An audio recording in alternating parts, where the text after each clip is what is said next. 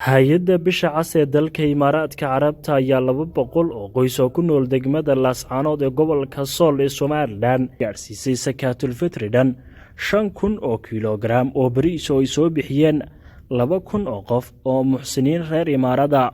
Qoysaska ay hay'addu gaarsiisay Sakaatul Fitriga ayaa qoys kasta waxa uu helay 25 kiiloogaram oo bariis ah. السلام عليكم ورحمة الله وبركاته. نحن من مكتب هيئة الهلال الأحمر الإماراتي في هرقيسة، وتاريخ اليوم 30 من شهر أبريل عام 2022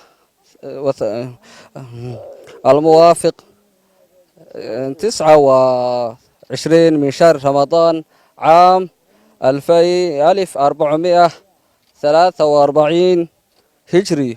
ونريد أن نسلم للمساكين والفقراء في مدينة لاسعانود زكاة الفطر من 2,000 مؤمن من الإماراتيين إلى 200 عائلة، ولكل عائلة 25 كيلوغرام من أرز، ومجموعها 5,000 كيلوغرام أرز.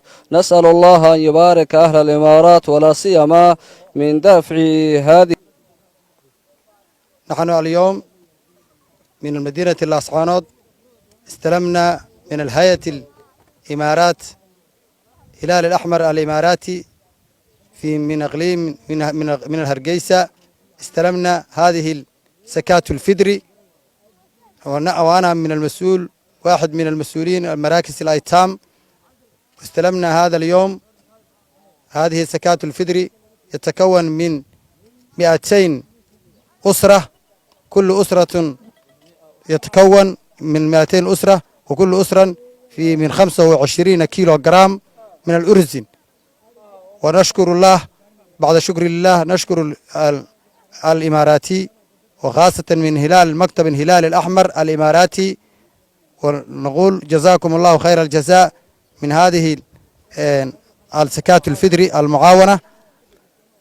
waxaan halkan uga mahad celinaynaa hay'adda Bisha Cas ee Imaaraadka mashruucan ay ka wado Sakaatul Fitriga ah. hadda waxaan ku sugannahay magaalada Laascaanood anigoo ku hadlaya afka isuduwaha ama maamulaha wasaaradda awqaafta ee gobolka Sool.